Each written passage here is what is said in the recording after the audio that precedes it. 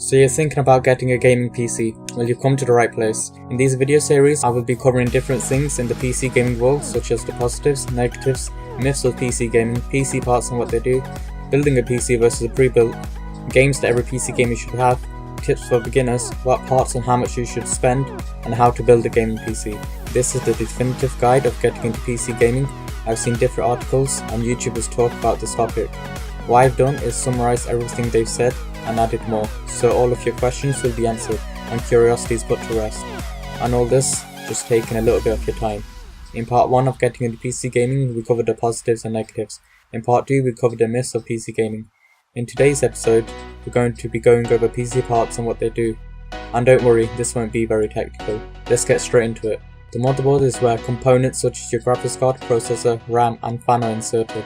This simply allows the components to work with each other. Pretty simple, right? Moving on. Processor, or CPU it can be known as. The brains of the computer, handles mathematical algorithms, and in video games will be a huge key to how well games run. There are two big CPU brands you'll be choosing from, and that is Intel or AMD. A lot of people like to think more cores in your CPU is better. This is simply not true. For example, AMD put a bunch of cores in their processors, and Intel chips which have half the number of cores perform better. Also, same applies with gigahertz. More does not mean better. Cores and gigahertz work together. The best thing to do when picking out your processor is to look at benchmarks. Moving on. Processor cooler, or CPU cooler it can be known as.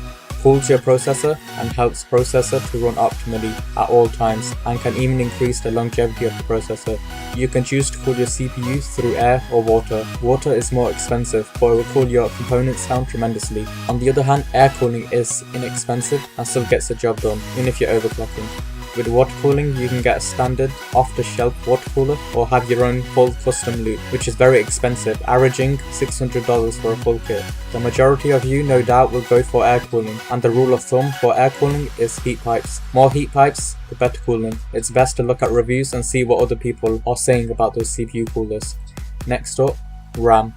This stands for random access memory. It will allow your computer to get access to data in an instant. More capacity of memory is better. If you plan to just game, then I would recommend 8GB of RAM, or 16GB of RAM is worth investing in because games are starting to utilize more than 8 gigs. If you plan on video editing, I would highly recommend you getting the most amount of RAM you can afford. Video editing can take a lot of resources, and therefore you should get as much RAM available. RAM type depends on what type of motherboard you get. Simply check your processor and motherboard's description and see what type of RAM they're compatible with. It could be either DDR3 or DDR4 type RAM. The speed of RAM does not matter as much. Benchmarks show this. I personally would recommend 1600 MHz or above, as this is optimal speed which comes at a reasonable price. Moving on. Graphics card, or GPU it can be known as. The juicy part of your gaming PC. It will be the main factor in determining how well your games run and the thing responsible for rendering pictures on screen. Previously we talked about the CPU and how cores don't matter. Same applies with graphics card. More cores does not equate to better performance. GPU memory, or VRAM, is directed to a game's texture. Again, best way to pick out the graphics card is looking at reviews and benchmarks. The general rule of thumb is 2 to 4 GB of VRAM when playing at 1080p, unless you are going to implement a lot of texture mods to your games. If that's the case, then you can and should go above 4 GB of video RAM. 8 gigs or above of video memory is recommended for gamers looking to play at 1440p and 4K.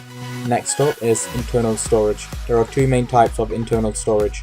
It's either a standard HDD drive, hard disk drive, or an SSD, solid state drive.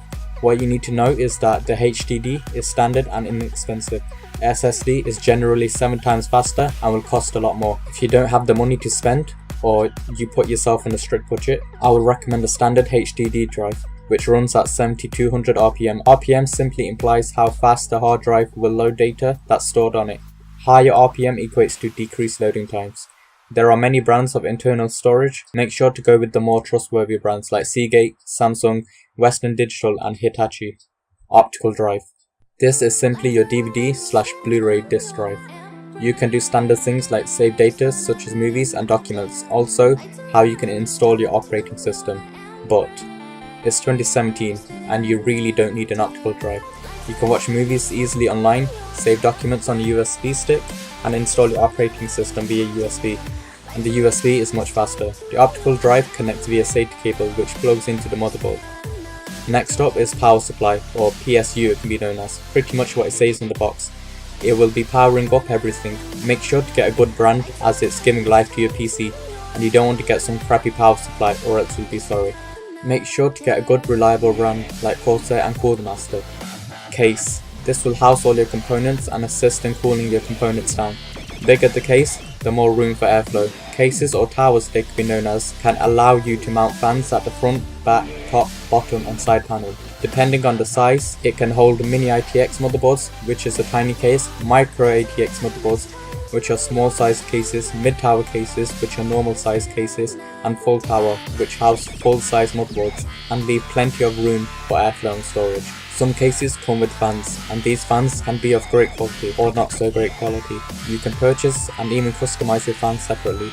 So that's it for part 3, the PC parts and what they do. I've covered all the major components that you will be putting in your computer. If you have a question on your mind about computer parts or PC gaming in general, then be sure to comment. In part 4 of Getting into PC Gaming, we'll be discussing building a PC yourself versus pre-built PCs. If you can't wait for part 4, then I've already done a full blog post on it, and you can read everything I will be covering in the videos there. Just go to techanimate.com/is PC gaming for you, or check the link in the description below. And to be notified of my latest uploads, then subscribe and click the bell icon. For all things anime and gaming, go to techanimate.com.